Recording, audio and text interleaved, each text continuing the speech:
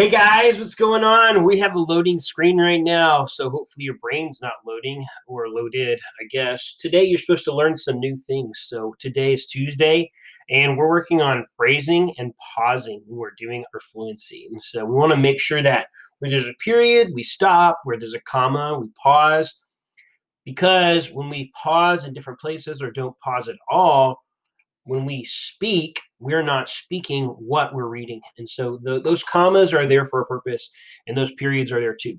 Make sure that you're enunciating the emotion behind the text. If there's an exclamation mark, then there's going to be more inflection. If there's a question mark, you're going to ask it like it's a question.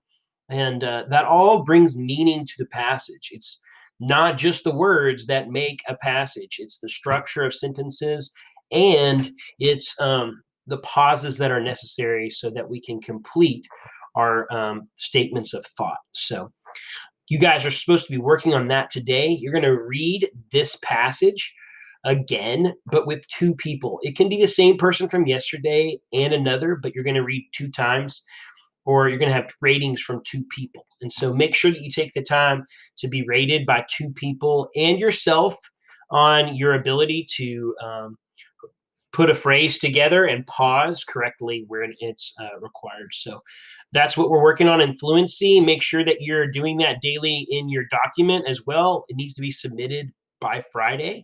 So we'll talk more hopefully when I get back. This is what that looks like on your document. So again, you have two people today. These boxes are open.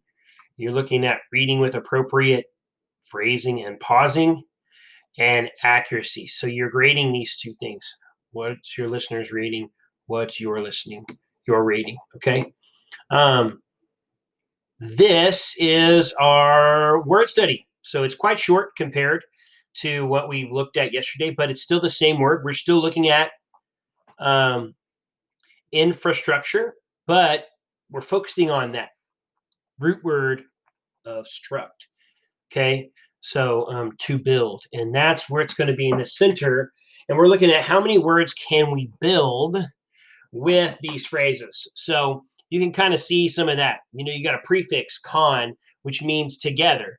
And so if you construct, you put together or you build together. So you can be constructive, which means I can build a person up, maybe. Or I could give constructed criticism, which is going to be where I tell you things you did wrong, but in a way that encourages you to build up or improve, right?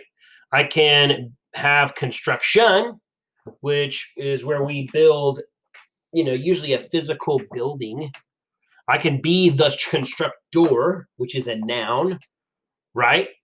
Constructs would be present tense. He constructs or she constructs. Constructed would be past tense. Constructing would be also present tense, but as if we're watching it. So it's passive, like we're watching it right now. Constructing, right? And we can have different prefixes also, like to instruct, which means something a little bit different, right? A lot of times we use instruct to build knowledge, right? So we're talking about an instructor, me. Instruction, what you're watching right now. Instructive can be a description of how someone teaches. Instructs, that's me. And that could happen. You could instruct your neighbor too. And so Aaron instructs Isaac on how to be the loudest in the classroom every day. He's pretty good at that, right? Or you could have instructed your younger sibling on how to count to the number 10, right? Or you could be instructing your neighbor on how to do an assignment after they have been gone for quarantine, right? So then you have another prefix D, and it changes the meaning, right? So prefixes and suffixes change the meaning. And these suffixes are really tenses, right? So we're looking at adding an S that plurals, makes something plural or present. ED is a past tense, so it means it's already happened. And ing is a passive present, which means it's going on right now. You think about it, it's going on. It's happening in front of you. Both of those are ing words to describe what I'm talking about, right? So it could be you kind of, it's not happening as direct. It's what we call passive present. So then we have these other prefixes that describe like an adjective, right? To be instructive or constructive or destructive, right? And then those adjectives have connotations, right? Instructive can be a good thing, usually. Constructive is almost always a good, positive connotation. But destructive, it's a negative connotation, right? We've talked about connotation and denotation this year. It's a word that's usually negative, right?